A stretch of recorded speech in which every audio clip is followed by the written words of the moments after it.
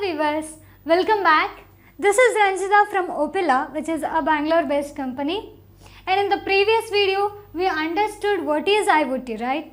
And we understood that a thing in IoT can be anything that is around us, like table, chair or whatever. And also we understood that we have to add some smartness to these things to make them as a smart thing or a IoT enabled thing. So all these things we have discussed in our previous video. So in this video we'll see how to make the things as a smart things. Okay, let's begin.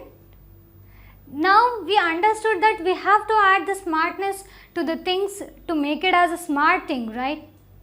But how? How to add that smartness to the things? Or how to make the things as a smart things? By adding some capabilities? Yes, we have to add some capabilities to the things to make it as a smart thing or a IoT enabled thing. And those capabilities are sensing, actuating, computing, and then connectivity. If we add these four capabilities into any of the thing, then that thing becomes a smart thing. Okay, so we'll see what are these capabilities now. First is sensor, and we may know about sensor, right? It's a device which will sense the environment and gives the data, and there are many different kind of sensors available, and using those sensors we can measure many parameters like distance, temperature, pressure, light intensity or many more. So we have to choose a right sensor for the device application. Okay, and then actuator. Actuator is also a device that is used to control or move the system. That means it takes the input and gives the physical output. And that physical output may be like generating a sound or rotating a motor or switching on or off the light. So this is about the sensor and actuators. Now we'll speak about computing. And for computing, we have to go for a microcontroller. And microcontroller is only responsible for everything. Like it is used to control all the functions of the system. Okay, means microcontroller is going to collect the data from the sensors and process that data, and according to the processed data the signal will be sent to the actuators or it will be pushed to the cloud. So this is what our microcontroller is doing. And then finally we are going to see about connectivity. And this is one of the important capability that we are going to add to our device. Why? Because of this capability only our IoT device is going to communicate with the other device or it is going to connect to the internet. So this is one of the important capability that we are going to add to our device. Okay, and there are many different kind of connectivity solutions available like Zigbee, Bluetooth, GSM, NFC, Wi-Fi and many more. And we have to choose a right connectivity solution for our application. Why? Because see, if it's a moving object like a car or some vehicle, then we have to choose a GSM kind of connectivity. And if it's a stable object like home appliances or industrial machines, then we can choose anything like Zigbee, Bluetooth, Wi-Fi kind of connectivity solutions. So choosing the right connectivity solution for our application is also one of the important design aspect. Okay, so this is about the capabilities, and if we attach these four capabilities into any of the thing, then that thing becomes a smart thing or IoT enabled thing. This smart thing should be connected at any time and any place. That means IoT has a nature. That nature is anything at any time and any place. Means anything should be connected at 24/7 into 365 days at any place. So to achieve this nature, IoT demands for some constraints, and that constraints are low power, low memory, less processing capacity, lightweight protocols, and lesser in size, and many more. So these constraints are the challenges in designing a real-time IoT system. But the general purpose boards like Arduino, Raspberry Pi, and single board computers do not meet these constraints. And on the other hand, they have a high memory, high processing capacity, and they give the best performance with many features. And such high performing boards consume some more power and has a high memory, and it might require more space to attach with the things. So general purpose boards are not preferable to implement a real-time IoT system.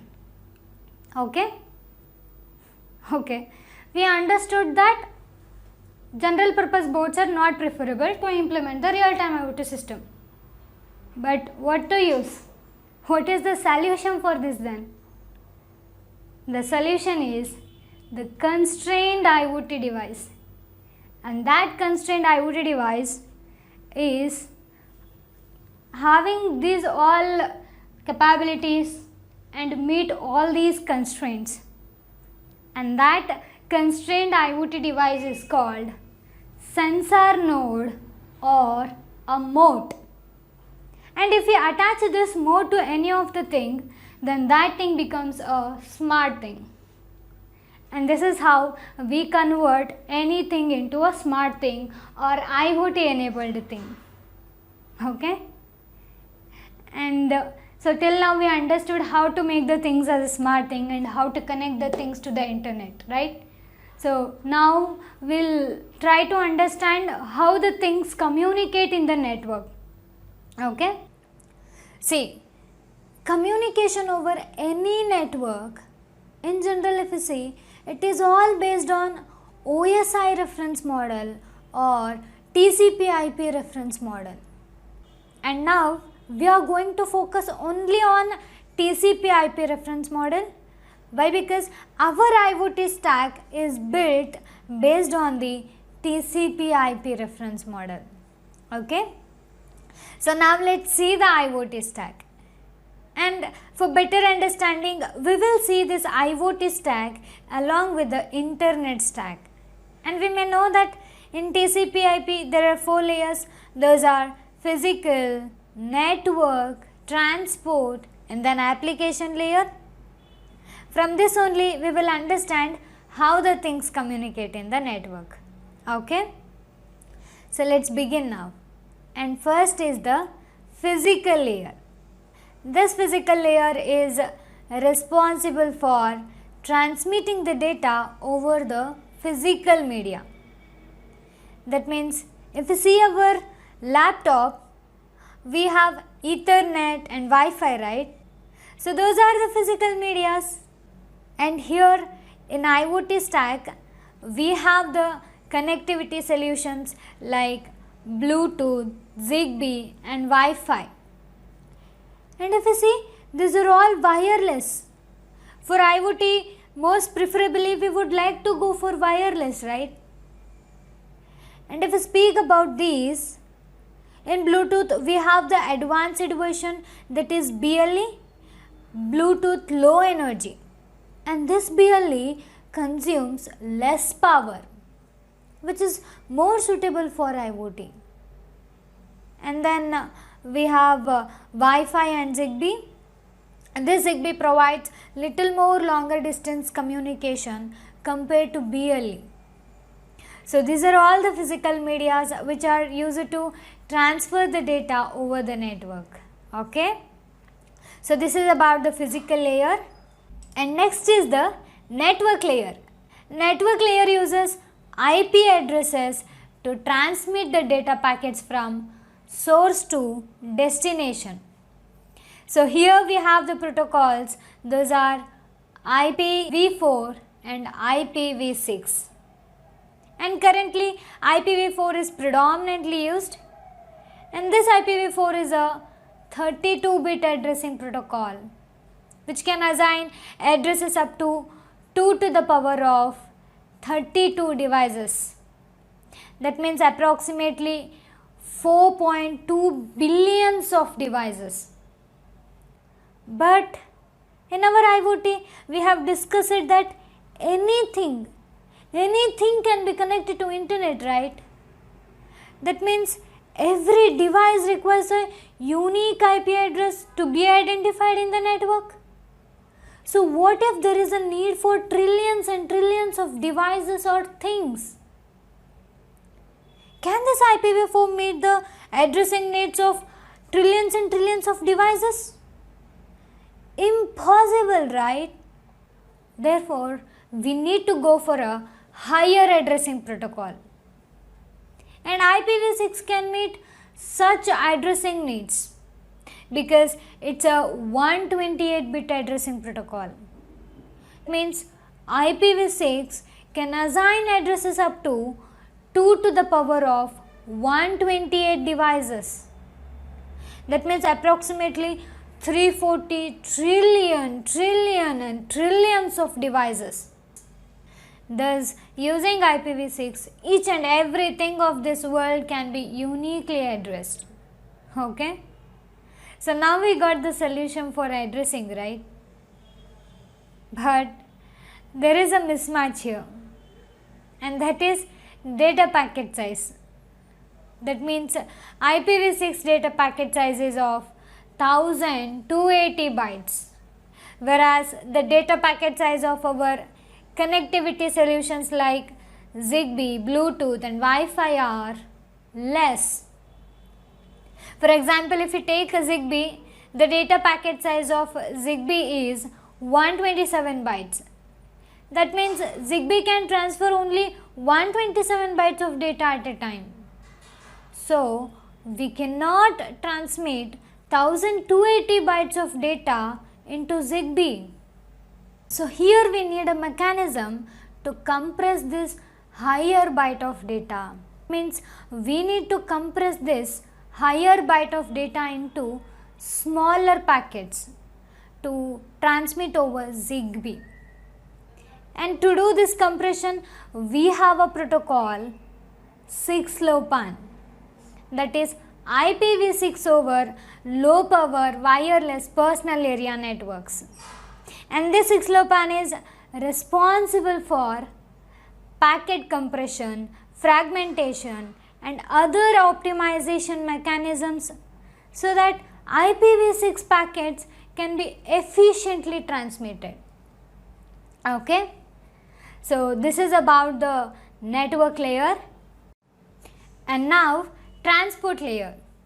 This transport layer is responsible for establishing the connection between source and destination. In this layer, TCP and UDP are used.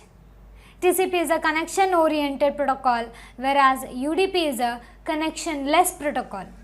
Actually, in IoT, UDP is more popular than TCP. And the reason behind it is IoT requires a lightweight and a complexity less protocol. We need a constraints, right? Yes, this is also one of the constraints. So UDP is used more popularly than TCP here. And next is the application layer.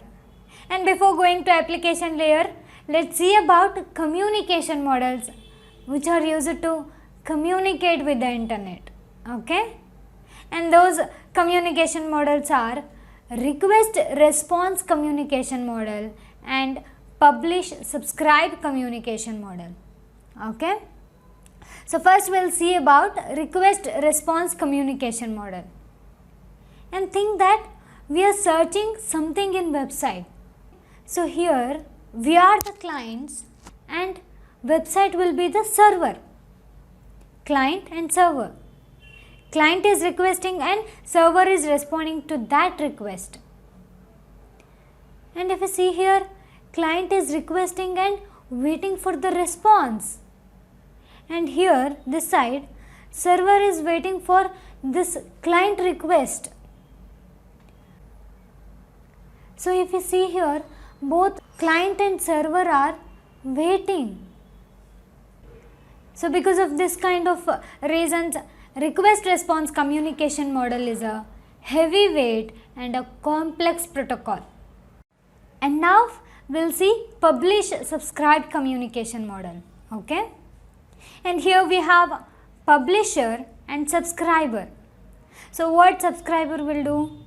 Subscriber will subscribe and go to the sleep mode. And publisher will publish the data. So whenever publisher will publish the data, subscriber will wake up and collect that data. So this publish subscribe communication model consumes less power, can we say? Yes. And this is publish subscribe communication model is a simple and lightweight protocol. So this is about the request response and publish subscribe communication model. Now let's see the application layer. If you see commonly, we are using HTTP protocol to access the internet, and this HTTP protocol follows a request response communication model, which is a heavyweight and a complex protocol. But we need a simple and lightweight protocol, right? So here in our IoT stack, we have CoAP and MQTT protocols, which are simple and lightweight protocols. And this CoAP and MQTT are used for constrained devices to communicate with the internet, where MQTT follows a publish subscribe communication model and CoAP follows a request response communication model. Though CoAP follows a request response communication model, it is meant for constrained devices, and the name itself says that CoAP means constrained application protocol. So these are the application layer protocols of IoT stack. So now we understood about the IoT stack, right? And if you see here, MQTT runs over TCP and the data is transferred using IPv6, where the data packet size of IPv6 is 1280 bytes, and to match this 1280 bytes of data with a ZigBee data packet size, we need to compress this higher byte of data. Hence 6LoWPAN protocol is used, and that compressed data is transferred to physical media for further transmission. Okay. So we'll see this MQTT based experiment in the future session. There you will understand it clearly. So in this video we understood how the things communicate in the network and what are all the constraints of the IoT, and we also understood about the IoT stack, right? In the next video we'll see about the operating system, like what is operating system, why we need, and how to install, and many more interesting things about operating system we'll see in the next video session. Okay, so thanks for watching this video. Thank you.